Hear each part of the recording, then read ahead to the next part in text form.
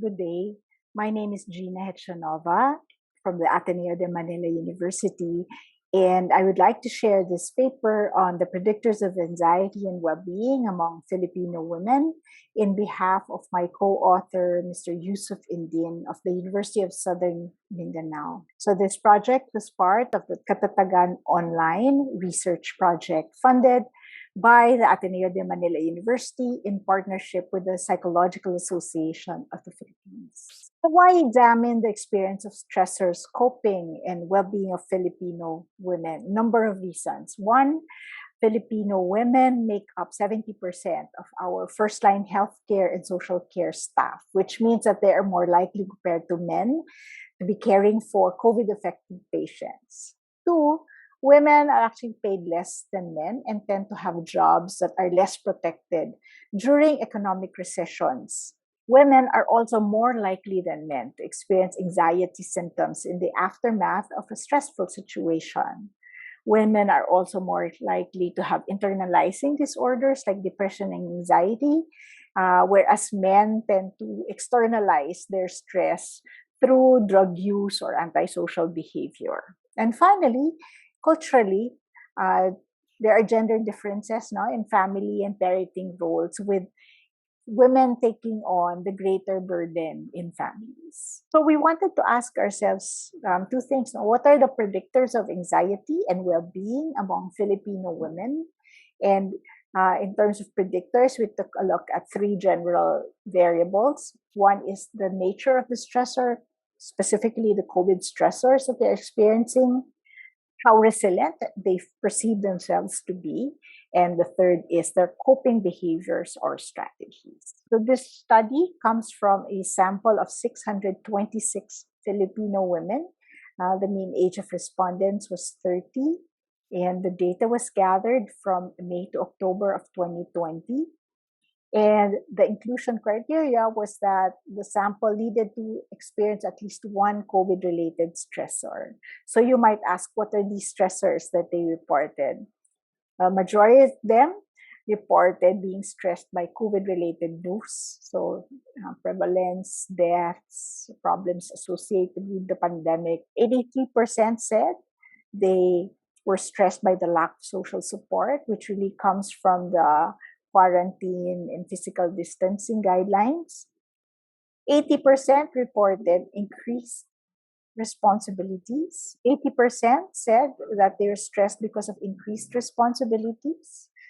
62% reported difficulties in accessing basic needs. 50% reported loss of job or income. 45% said that they were exposed or their family was exposed to COVID because of work.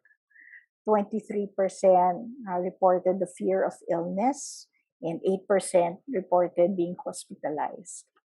We had 5 measures in the study: a coronavirus stressor survey, a resilience scale, a coping survey, and we used Carver's brief cope survey. But we factor analyzed it and found 3 subscales that had good reliability. The social support was the extent to which people would vent, express their emotions, talk to friends. Active coping had to do with the ability to try and solve their problems or think about it in a positive way or do things to make themselves feel better. And then spiritual support referred to the use of prayer or leaning on faith rituals, perhaps, to feel less stress. We measured anxiety using the anxiety subscale of the DAS scale, and we measured well-being using the WHO Index of Well-being. So what did we find? There were 3 factors that predicted both anxiety and well-being. The factor that had the strongest weight for both anxiety and well-being was resilience. And as you can see here, the greater the resilience, the less the anxiety, and the greater the well-being. Another stressor that predicted anxiety and well-being was the lack of social support. So the more people felt they lacked social support, the greater their anxiety and the less their well-being. Same with COVID news. No? So the more reported that they were exposed to this, or the more exposure to COVID related news, the greater the anxiety and the less the well being. Interestingly, the use of social coping was actually positively related to anxiety. So, one way to, there's several ways to interpret this. One might be that those who are anxious tended to use this most. Or the other interpretation might be the use of social coping might be actually exacerbating anxiety, especially if you talk to people who feel the same way that you do. And therefore, what might be happening is you are sort of exacerbating everyone's feelings because you kind of build on each other's negative emotion. There were two coping strategies, however, that appeared to be quite productive and predicted well being. So the first is spiritual support. So people who reported greater use of spiritual support also reported greater well being. And then active coping, so the use of problem solving or behavioral strategies to feel better, or being able to think about their situation in a positive light, the greater their well being. Of course, this study is not without limitations, and so we also have some recommendations for future studies. So first, that the study was done online, so we were not able to cover those who were not accessible using online means. Second, the time frame of this study was from May to October last year. So many things have changed. So it's possible that the stressors are somewhat different. Or it might be possible that the way people are coping might also be different, given that there are now vaccines available and things like that. So another limitation was the measurement of the stress itself. No? Things have evolved, so there might be stressors now that were not experienced before, or vice versa. So this study was really focused on women. However, it might also be interesting to see whether the results would be applicable to men as well, or whether there might be differences.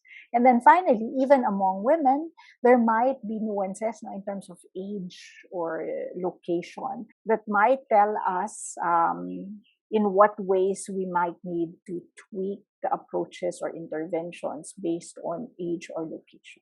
Limitations notwithstanding, what can we take from the study? There are a number of things. No? So one, the negative news and misinformation because of COVID predicts anxiety. So here, health communication is very important. It's important from a public health perspective to be able to control misinformation, myths, mistaken perceptions, even improper practices during COVID. Two, we saw how resilience was the strongest predictor of anxiety and well-being. And the way that we think about resilience today is that it's not just a personality trait, but we think about it as a set of resilient skills. And the good news is because we think of resilience as skills, they can be developed. We can work on their mindset, being able to help them look at things from a positive light, or look at the silver lining being in difficult situations. We can help them develop their ability to cognitively reappraise their situation, to reframe things, to find new ways of looking at things. So rather than for example, a student saying, online education does not work, maybe the reframing can be, yes, there are limitations to online education, but compared to no education, it's better than none. We can also help people develop active or problem-oriented coping. And part of that might be helping them understand and focus on problems that are actually within their control. For example, in the past year, one of the things that we've been helping people with is when we ask them, what concerns you, what keeps you up at night? And many times we find that what bothers them are things beyond their control. And so sometimes the best thing that they can do for themselves is to let go of those first and to focus on that which is within their control. We can also help develop people's resilience by focusing on behaviors that are helpful to them. So whether that's lifestyle, like getting enough sleep, eating well, and exercise, or simply doing things that make them happy.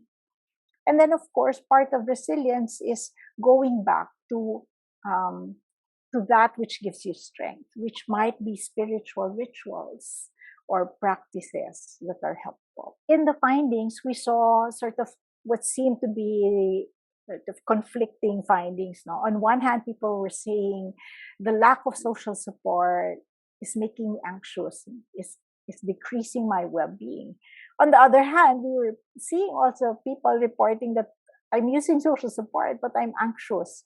And so maybe the solution to this is to explore the right kind of peer support, which is peer support groups that are facilitated by trained professionals so that people don't just vent to each other and then just leave it at that. But people are given the space to vent, but are also facilitated through a process where they can think about their feelings, where they can think about their beliefs or cognitions and find ways to understand themselves and the situation better and either reframe their thoughts or change the way they are behaving.